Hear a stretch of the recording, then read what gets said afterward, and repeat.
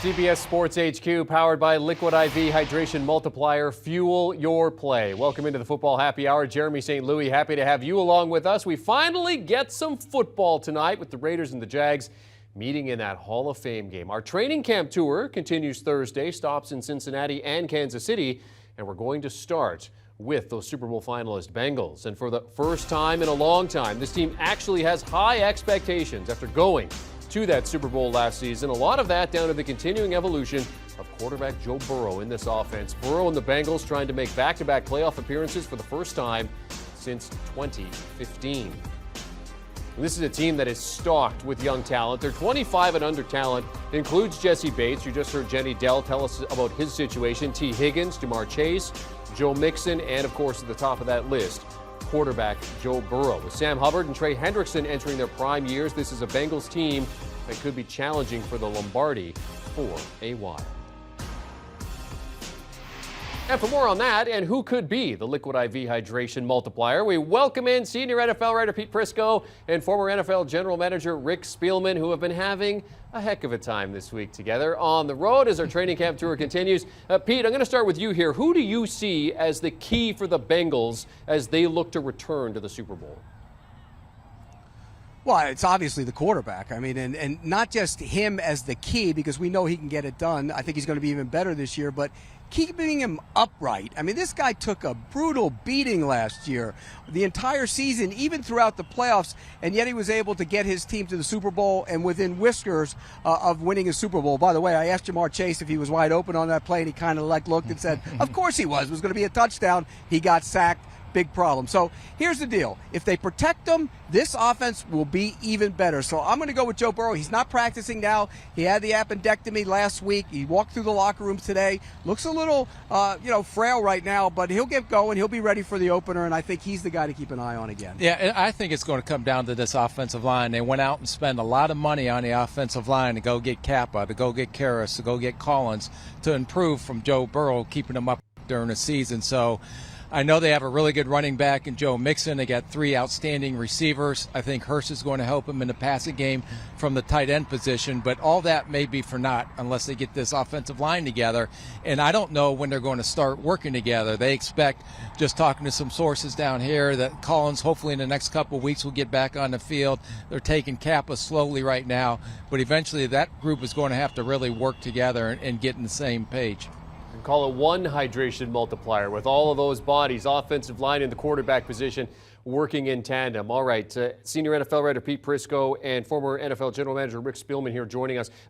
Guys, talk to me about what you saw at camp today. I know, Rick, you wanted to touch on the fact, Jesse Bates is not there. So how are things looking perhaps on the defensive side of the ball as you guys check in on camp?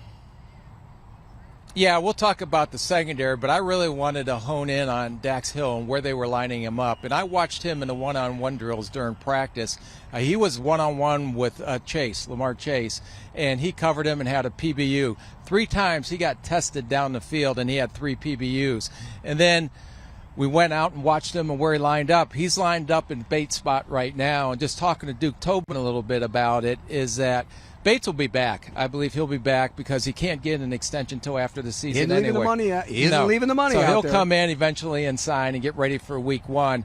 But it's going to be hard for them to keep Dax Hill off the field from what we've seen so far today. Well, he can cover like a corner. He can play him in the slot. He's got range and safety. You talked about his pass breakups today. And look, the secondary is an important situation for this team because obviously last year at times they struggled. But their corner situation will be better. Taylor Britt, the rookie out of Nebraska, he's running with the second team. He's a guy to keep an eye on. I think he'll push Eli Apple at some point this season. We know Mike Hilton's one of the better nickel corners in the league. Awuzie played outstanding on the other side. So you talk about the safety position. They're looking with an eye on next year.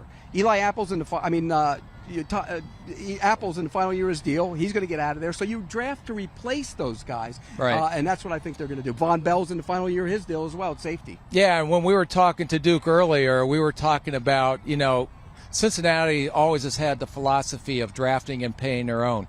But with the luxury of not having to pay Joe Burrow yet, that's going to change here in about a year from now. Absolutely. But they have been drafting well, but they're getting a break from big contracts, so they were able to take the monies that they save on these guys that are still under their rookie deal and go out and spend on the offensive line, to go out and spend on guys to help improve this roster. You know what I always say? When you draft to replace, it's jars on the shelf. You get rid of one, you pull a jar off the shelf and bring it right on down. And you guys have been doing a great Can job I write this that week. down? Yeah. Okay. You can write that down.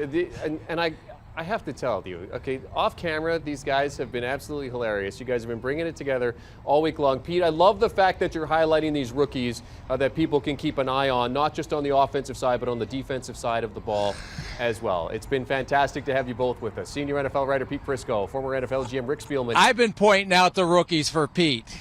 Teach you everything you know. Oh, here we go. It's like yesterday with the exchange of the blizzards, right? One is copying the other. Is that how it's working on the road with you two? I taught. Look, he's been in this league being a general manager for years, and I've taught him everything he knows. Who doesn't know there's chunks in a blizzard? He's learning on the run. He's learning on the run. Complaining because there's too many chunks in his blizzard.